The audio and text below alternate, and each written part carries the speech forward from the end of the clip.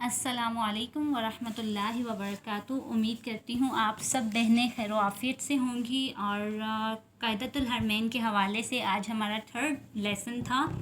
जिसके अंदर हमने स्टडी करना है कि हमने नेक्स्ट कौन से वाले रूल्स फॉलो करने हैं और बच्चे को किस तरह से हमने आसान तरीके से कायदा पढ़ाना है ताकि वो आगे कुरान मजीद पर अच्छी तरह से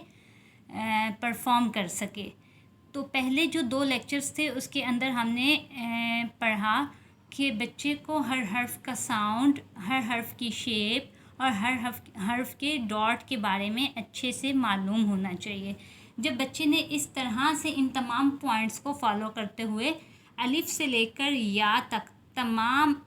तख्ती लर्न कर ली है, जो 29 हरूफ तहज्जी हैं उनको सीख लिया है, तो उसके बाद हम ये बड़ी मिस्टेक करते हैं कि हम फ़ौरन से बच्चे को हरूफ मुरक्कबात पर ले जाते हैं, जो कि नेक्स्ट लेसन होता है। आपने ऐसा नहीं करना, ठीक है।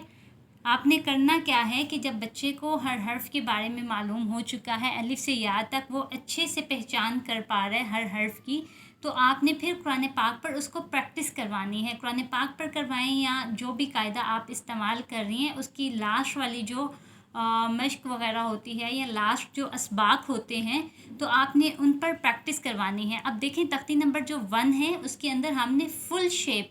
हरूफ की फुल शेप पढ़ी है। यानी बा जो है, अगर हम होते हैं ना 2 तरह के लेटर्स होते हैं, एक फुल शेप होती है, एक हाफ शेप होती है। यानी जिसको हम जिस तरह जो है इंग्लिश के अंदर हम कहते हैं कि बड़ी ABC छोटी ABC, तो इसी तरह कुरान पाक के अंदर भी जो है अरेबिक लेटर्स हैं, तो उनको हम कहेंगे कि फुल शेप जो है वो हरूफ मुफरदात वाली तख्ती है और हाफ शेप का जो लेसन होता है वो हरूफ मुरक्कबात का होता है। जब हम बच्चे को फुल शेप सिखा देते हैं तो हम फ़ौरन से मुरक्कबात पर जाते हैं, तो ऐसा नहीं करना। आपने पहले प्रैक्टिस करवानी है 2 दिन 3 दिन, ये बच्चे की एबिलिटी पे डिपेंड करता है कि वो कितनी जल्दी चीज़ों को लर्न कर रहा है, ठीक है।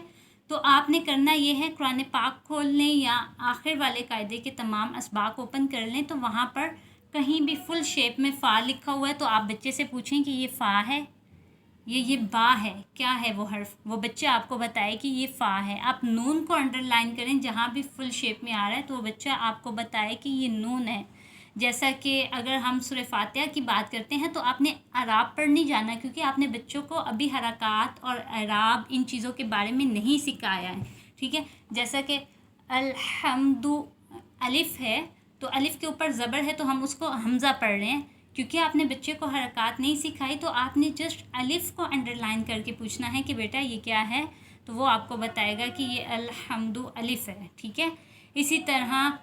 रॉ बिल, ठीक है, बा है, रॉ है, तो रॉ भी फुल शेप में है, बा भी फुल शेप में है, तो वो बच्चा आपको बताए कि मिस ये रॉ है और ये जो है ये बा है, ठीक है। इस तरह से 1 से 2 दिन आपने बच्चों को प्रैक्टिस करवानी है ताकि हरूफ जो हैं वो अच्छी तरह से आपके स्टूडेंट, चाहे वो छोटा स्टूडेंट है या कोई बड़ी आंटी हैं या जिन्होंने कुरान पाक को नहीं पढ़ा हुआ, तो वो अच्छे से ये तमाम चीज़ें अपनी ज़हन नशीं कर लें, आगे जाकर आपको इशू ना हो, ठीक है। जब इस तरह से आपने तख्ती नंबर 1 बच्चे को पढ़ा दी, उसके बाद आप जाएंगे हरूफ मुरक्कबात पर, ठीक है। कायदतुल हरमैन में तो यहाँ लास्ट पे लिखा हुआ है ना, तमाम हरूफ को नीचे जोड़ कर लिख दिया गया है, मतलब हरूफ जो मुरक्कबात हैं उन्हीं को इसी तख्ती के नीचे जोड़ कर लिख दिया गया है। जबकि नूरानी कायदा के अंदर जो है वो अगला सबक जो होता है, या इस तरह कोई और कायदा भी होगा तो उसमें अगला सबक हरूफ मुरक्कबात का होगा, यानी कि मिले जुले हरूफ। मिले जुले हरूफ जो है बेसिकली वो प्रैक्टिस होती है हाफ शेप की,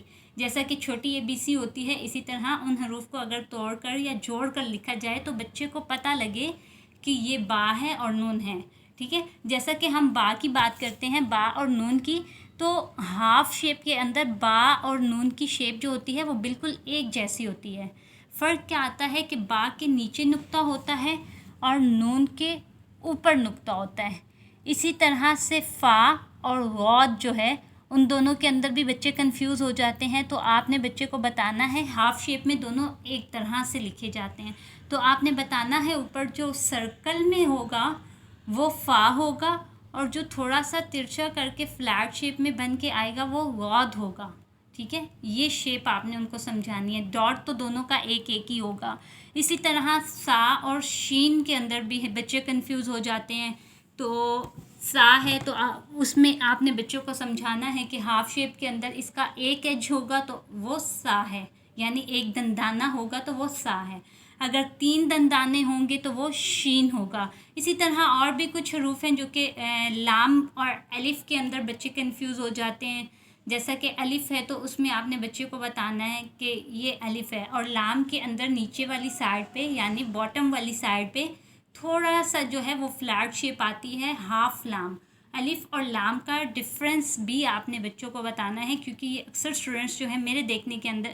پڑھانے میں یا دیکھنے میں یہ مسٹیکس آئی ہیں جو کہ میں آپ کو بتا رہی ہوں۔ اسی طرح زا اور دال جو ہے جب وہ ہاف شیپ میں آتے ہیں تو بچے ان میں کنفیوز ہو جاتے ہیں، دال اور را جب ہاف شیپ میں آتے ہیں تو اس کے اندر بچے کنفیوز ہو جاتے ہیں۔ تو بیسیکلی حروف مرکبات کی جو پریکٹس ہوتی ہے اس کے اندر آپ نے بچوں کو یہ والی چیزیں لرن کروانی ہے، ٹھیک ہے، یہ والا ڈفرینس آپ نے سمجھانا ہے۔ اگر ایز اٹ از آپ ان کو پڑھا دیں گے، بیٹا پڑھو لام الف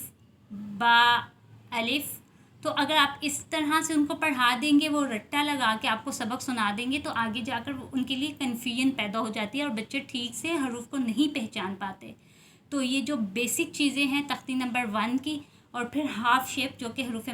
مرکبات ہم ان کو کہتے ہیں، تو اس پر آپ نے زیادہ سے زیادہ محنت کرنی ہے اور یہ تمام بیسک چیزیں آپ نے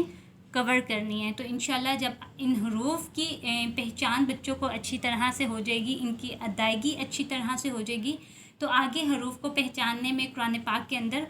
بچے اس طرح کی کوئی بھی مسٹیک نہیں کریں گے۔ تو یہ تھا ہمارا لیسن نمبر 1 جس پر ہم نے 3 لیکچرز کنڈکٹ کیے ہیں، لیکچر نمبر 1، 2 اور 3۔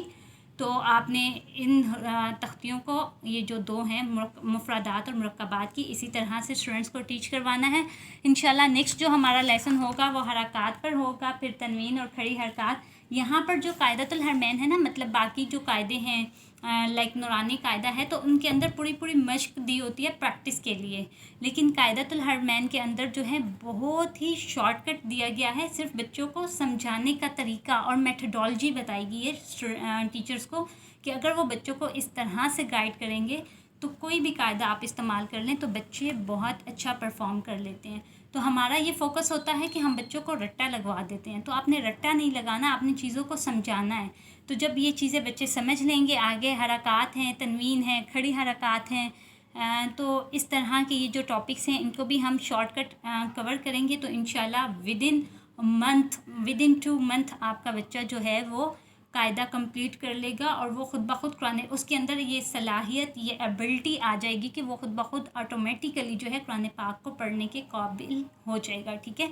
تھینک یو سو مچ، جزاک اللہ، دعاؤں میں یاد رکھیے گا۔